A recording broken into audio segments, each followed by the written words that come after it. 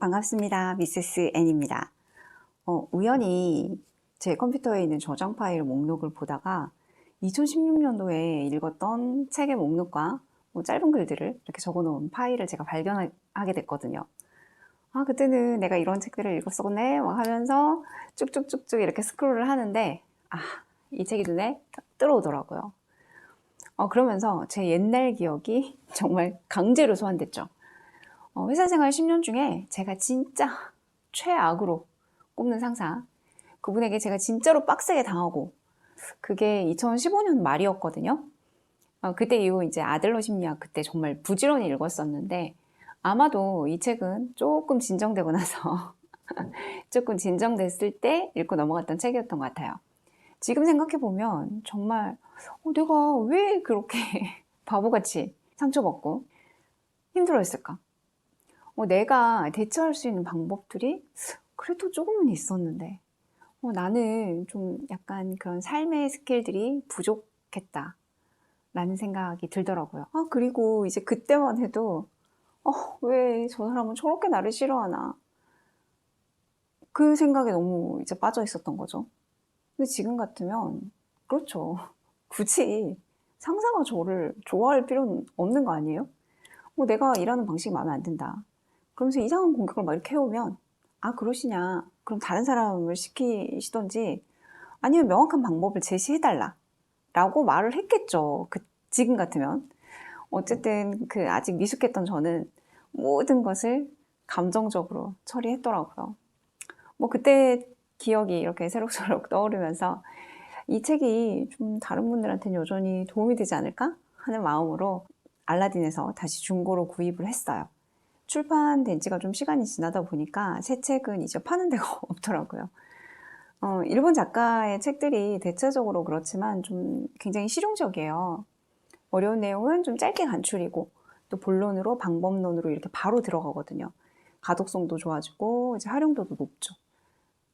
책 제목 말씀 안 드렸네요. 가타타 다다미의 정신적 폭력으로부터 나를 지키는 방법입니다. 출간된 지 시간이 좀 그만큼 흘렀기 때문에 이미 많은 사람들이 알고 있는 내용일 수도 있어요. 하지만 요즘 오히려 나르나 이렇게 소패에 대한 이런 관심이 막 이렇게 폭발적인 걸 보면 그만큼 어려움을 겪고 있는 사람들이 많아서가 아닐까. 그래서 저는 이 책으로 기본적인 자기 지키기에 대해서 좀 한번 알아보고 넘어갔으면 좋겠어요. 책을 좀 살펴보면 저자가 꼽는 정신적 폭력의 특징, 그게 바로 상호작용이라는 거예요. 어떤 일이 A에게는 아무렇지도 않지만 B한테는 굉장히 상처받는 일이 된다는 거죠. 이거 전에도 제가 다른 영상에서도 말씀드린 적이 있는데, 그러니까 이상한 A와 멀쩡한 B가 만나면 사실 아무 일이 안 일어나기도 해요. 하지만 이상한 A와 취약한 B가 만나면 문제가 생기죠.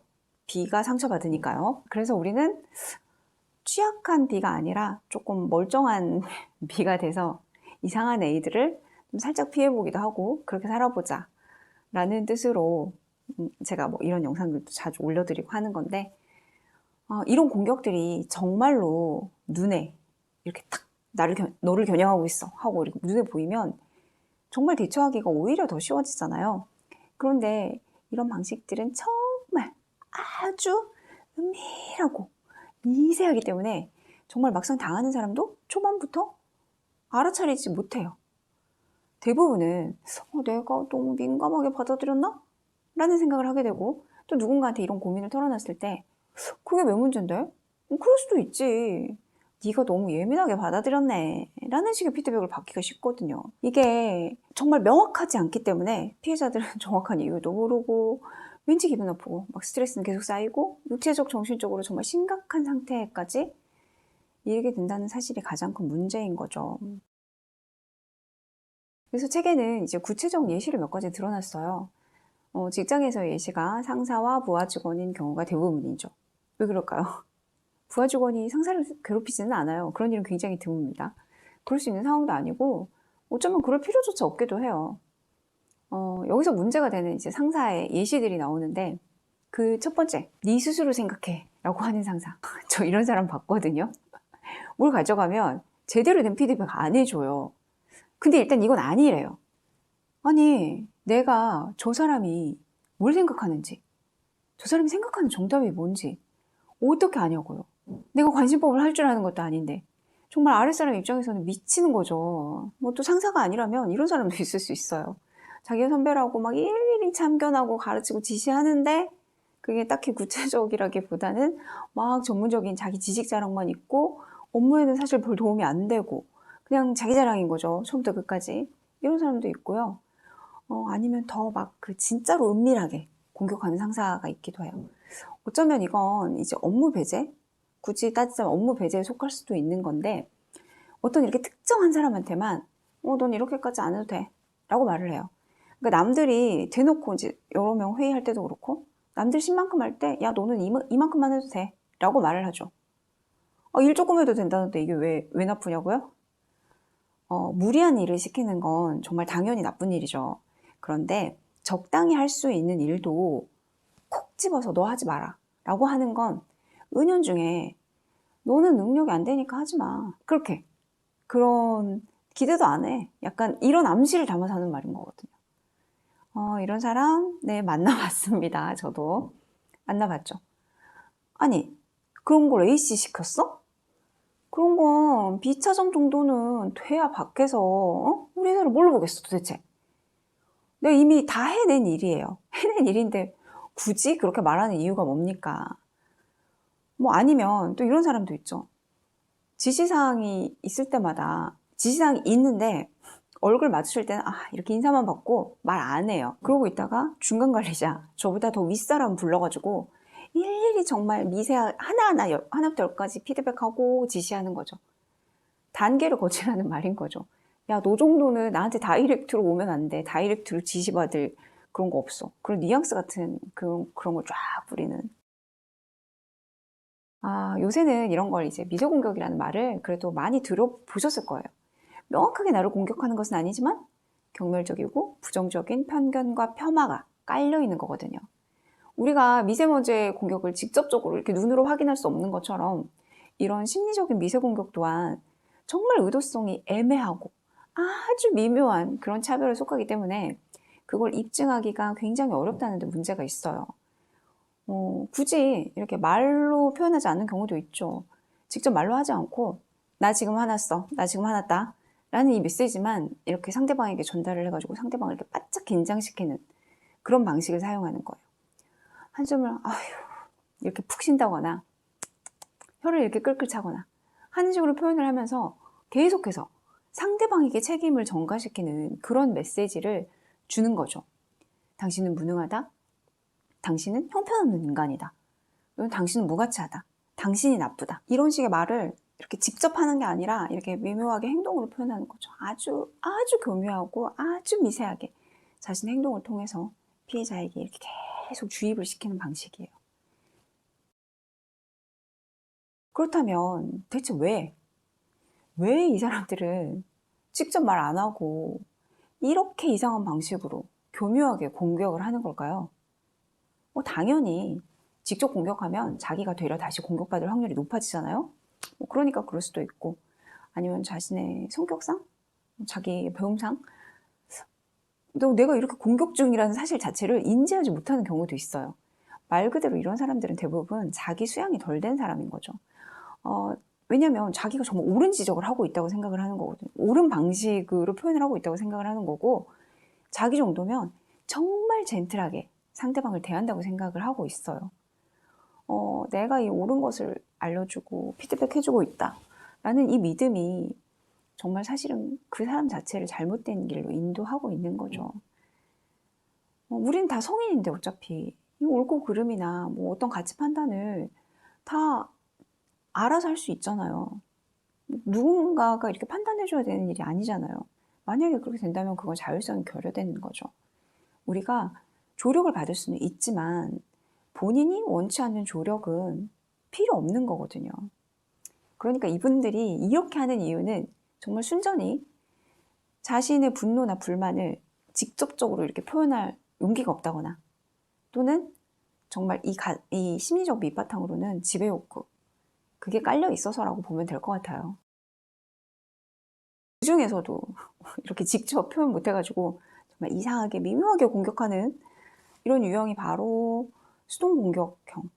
수동공격형인데요. 수동공격형은 어떤 방식으로 나타나느냐.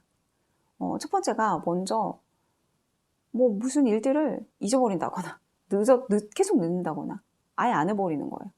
그러니까 어떤 일을 할 때 A가 반드시 해줘야 그 다음에 이제 B한테로 넘어가서 일이 진행이 되는데 매번 A가 늦거나 잊어버렸다고 하는 거예요.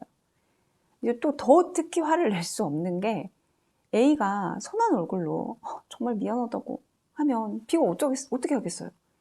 여기서 만약에 B가 크게 화를 내면 정말 B만 이상한 사람이 되거든요. 그러니까 A의 의도가 어떻든지 간에 의식적으로든 무의식적으로든 정말 B를 힘들게 하는 것만 분명하거든요. 이건 분명히 A가 수동 공격을 하고 있는 거죠. 그리고 또 다른 유형은 거절이라는 형태로 나타나는 거예요.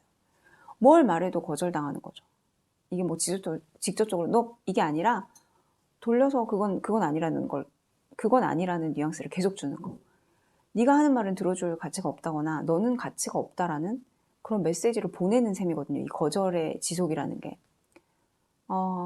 저 요즘 이런 상사와 일하고 있습니다. 저 요즘 이런 상사와 일하고 있어요. A씨 의견은 어때? 라고 물어봐서 대답을 하잖아요. 그러면 자기가 주장했던 걸 막 다시 말을 하면서 그게 낫지 하고 그걸로 결론이 내요. 그게 한두 번이어야죠. 그러니까 그 담당자 의견 왜 물어보냐고요. 그러다 어쩌다가 대답을 안 하거나 뭐 이렇게 좀 그렇게 하면 아휴 내가 신은 아니잖아. 그러니까 담당자 의견을 말해봐. 그거 들어줄 것도 아닌데. 당연히 저도 초반에는 정말 엄청 신경 쓰였죠. 근데 요즘에는 그래 당신 말이 다 맞다라고 생각해라 라고는 정말 어지간하면 그냥 네네 하고 이렇게 넘어가고 있어요. 여기서 중요한 점은 제가 이 상사 때문에 크게 상처받지 말아야 한다고 저에게 말하고 있다는 거예요. 이 상사 말이 다 정답인 것도 아니고 이 상사가 하는 말로 내 가치가 결정되는 것은 더더욱 아니라는 거를 내 정신을 똑바로 차리고 명심하자 라고 자신에게 말하고 있다는 거죠. 수동공격형의 또 다른 유형은 바로 타인을 이용하기, 전원을 이용하는 겁니다. 상대방을 이렇게 흠집 내기 위해서 내가 직접 이렇게 상대방에게 말을 하는 게 아니라 야 C가 너에 대해서 이렇게 말하더라 세상에 라고 하면서 전원으로 공격을 하는 거예요. 이 방법의 효과는 상대방을 흠집도 낼 수 있고 C와 상대방의 관계까지도 이렇게 딱 끊어버릴 수 있다는 거죠. 근데 여기서 이 수동공격형이 가장 누리는 진짜 효과는 이런 거예요. 거기다 야 이런 말을 해주는 나는 네 편이야 라고 하면서 내 의도대로 저 상대방을 조종할 수 있다. 그걸 이용하는 게 가장 이 전원을 이용하는 심리라고 볼 수 있고요. 그리고 마지막으로는 바로 프레너미입니다. 친구처럼 보이지만 사실은 적인 사람들 많죠. 아주 많아요. 말은 친구인데 나 잘 되는 꼴은 절대 못 보겠는 사람. 그래서 막 친한 척 하면서 나 곤란한 모습 보고 싶어가지고 나 제가 좀 잘 안 됐으면 좋겠어 라는 생각 때문에 불안과 불신이 이렇게 막 스물스물 피어날 만한 그런 조언들만 골라서 하거나 아니면 또 그것도 아니면 나를 일부러 어려운 상황에 좀 빠뜨리기도 하거든요. 이 프레너미에 대한 구분은 정말 딱 한 가지로 끝이 납니다. 나한테 기쁜 일이 생겼을 때 정말로 그 사람이 같이 진짜로 기뻐해 주는지 그것만 보면 돼요. 다시 이렇게 생각해봐도 수동 공격형은 정말 많이 별로네요. 저자는 이런 상황들을 이렇게 정신적 폭력이라고 했지만 말하면서 제가 생각해보니까 이거는 정서적 폭력이라는 표현이 더 가까운 말이지 않나 싶어요. 그리고 이 정서적 폭력이라는 게 아직까지도 우리가 이렇게 심각하게 받아들이지 않아가지고 우리가 더 무방비 상태로 그냥 이렇게 당하는 거 아닌가 이런 생각도 들고요. 그래서 다음 시간에는 이럴 때 어떻게 대처할 것인지 그 방법들을 알아보도록 할게요. 오늘도 함께 해주셔서 감사드리고요. 저는 다음 시간 우리 마음을 더 단단하고 탄성 있게 만들어줄 이야기 잘 준비해서 오도록 할게요. 당신을 기다립니다.